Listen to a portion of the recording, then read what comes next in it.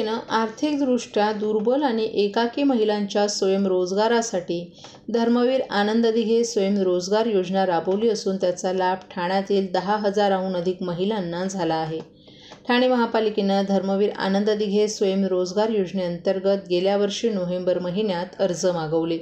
अवघ्या महिनाभरात तब्बल 13,638 अर्जांचा पाऊस पडला। त्यामुळे पालिकेने या योजनेसाठी 18 कोटींचा निधी मंजूर करून या योजनेला अखेर सुरुवात केली। या योजनेअंतर्गत सुमारे 4,830 महिलांना शिलाई मशीन आणि 5,258 घरघंट्यांचं वाटप सुरू झाले। या योजनेअंतर्गत सर्व प्रभाग समित्यांमधील लाभार्थ्यांना 4,430 शिलाई मशीन आणि 5,258 घरघंटींचं वाटप करण्यात येणार आहे।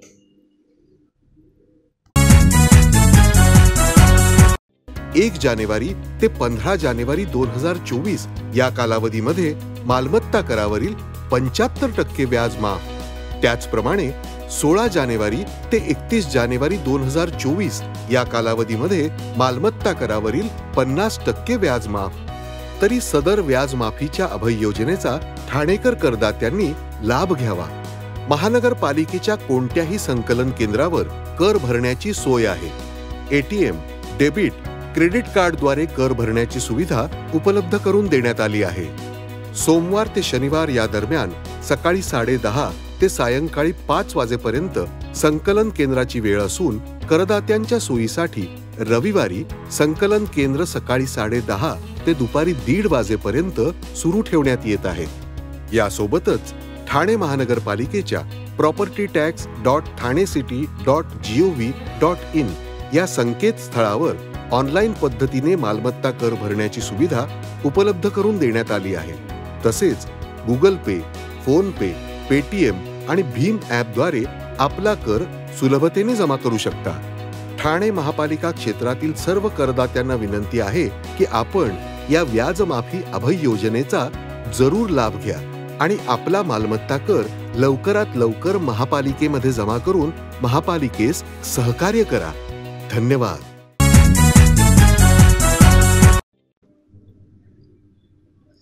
महाराष्ट्र राज्यातील विद्यार्थ्यांच्या न्याय हक्कासाठी आरटीई कायद्यात केलेला बदल रद्द करून 2009 मध्ये संसदेत पारित झालेल्या कायद्याची अंमलबजावणी करावी यासाठी ठाणे जिल्हाधिकारी कार्यालयाबाहेर शेकडो पालकांच्या वतीनं लक्षवेधी आंदोलन करण्यात आलं। यावेळी प्रशासन आणि मुख्यमंत्र्यांनी आमची मागणी मान्य न केल्यास उपोषण करण्याचा इशाराही या आंदोलनकर्त्यांनी दिला आहे।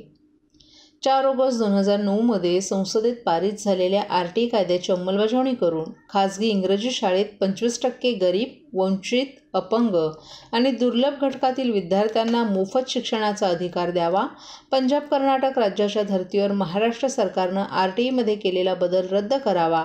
आरटीईमधून खाजगी शाळेतील शिक्षण घेत असलेल्या विद्यार्थ्यांना आणि यापुढे आरटीईमधून शिक्षण घेणाऱ्या विद्यार्थ्यांना आरटीई कायद्याप्रमाणे मिळणाऱ्या सर्व सुविधा शालेय प्रशासनानं देण्यात याव्यात आणि आरटीई कायद्यातून विद्यार्थ्यांना सुविधा न देणाऱ्या विद्यार्थ्यांना पालकांना वेठीस धरणाऱ्या शालेय शिक्षण संस्थांची मान्यता रद्द करावी आदी मागण्यांसाठी धडाकेबाज युवा प्रतिष्ठानच्या माध्यमातून मुख्यमंत्री एकनाथ शिंदे यांनी ठाणे जिल्हाधिकाऱ्यांना 16 फेब्रुवारी रोजी निवेदन देऊनही दखल न घेतल्यानं आज शेकडो पालकांसह ठाणे जिल्हाधिकारी कार्यालयाबाहेर लक्षवेधी आंदोलन करण्यात आलं। आमच्या आंदोलनाची दखल जर मुख्यमंत्री आणि शासनाने न घेतल्यास उपोषणाचा इशाराही या सर्व पालकांनी आणि संघटनेनं दिला आहे।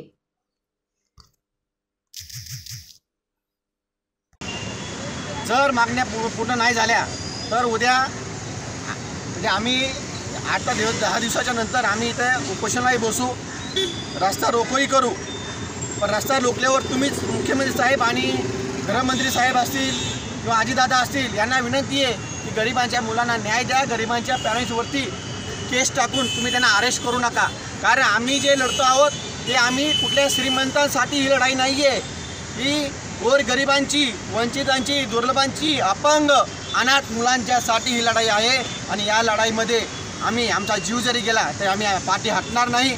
पण तेवढी वेळ तुम्ही येऊ देऊ नका, आमची विनंती आहे तुम्हाला सरकारला की कारण ही राजकीय लढाई नाही आहे, ही गोरगरिबांच्या न्याय हक्काची लढाई आहे। आणि या लढाईमध्ये आपण सर्वांनी या गोरगरिबांच्या हिताचं निर्णय घेऊन गोरगरिबांच्या मुलांना RTAचा का जो कायदा आहे त्या कायद्याप्रमाणे त्यांना शिक्षण द्यावं ही सर्वांना विनंती. मराठी शाळेला लागू केलं आहे का?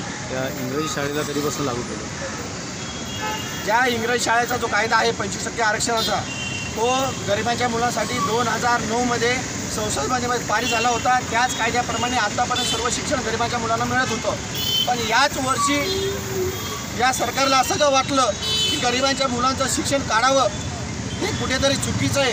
जर तुम्ही खरंच गरिबांच्यासाठी आहात, मायबाप सरकार तुम्ही खरंच गरिबांचे वाली आहात, तर या गरीब मुलांच्या शिक्षणाचा कायदा त्यांच्यापासून डिस्काउंट घेऊ नका. त्यांना 2009च्या कायद्याप्रमाणे गरिबांच्या मुलांना शिक्षण मिळू द्या अशी मी तुम्हाला विनंती करतो.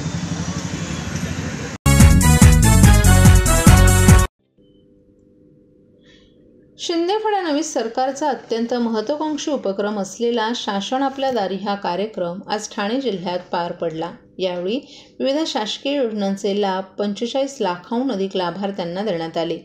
लोकांना शासकीय योजनांसाठी कार्यालयात खेटे घालावे लागू नयेत यासाठी शासन आपल्या दारी या अभियानाची सुरुवात करण्यात आली.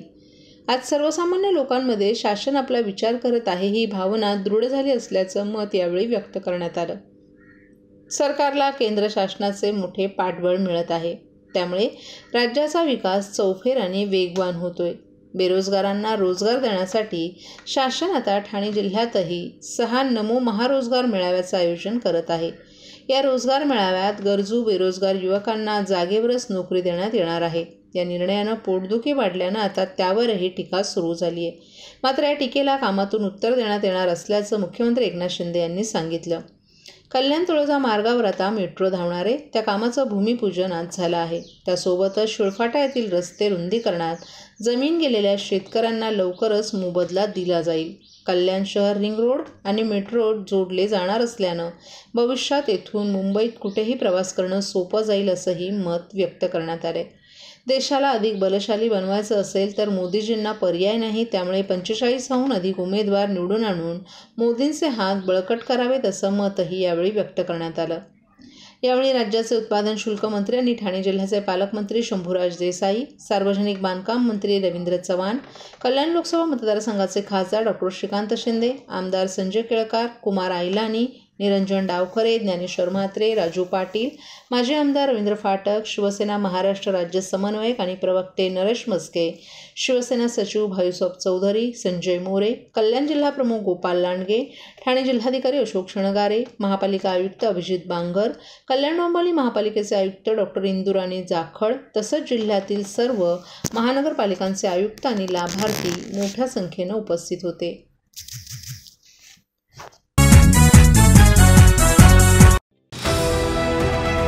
TJSB सौर शक्ती कर्ज, गो ग्रीन, करा वीज बिलावर बचत. आकर्षक व्याजदर, 84 महिने परतफेड कालावधी, 80% लोन, व्यावसायिक आणि उद्योजकांकरता सुद्धा. अधिक माहितीसाठी तुमच्या जवळच्या शाखेला भेट द्या किंवा संपर्क साधा. 1800-223-466 आणि 1800-266-3466.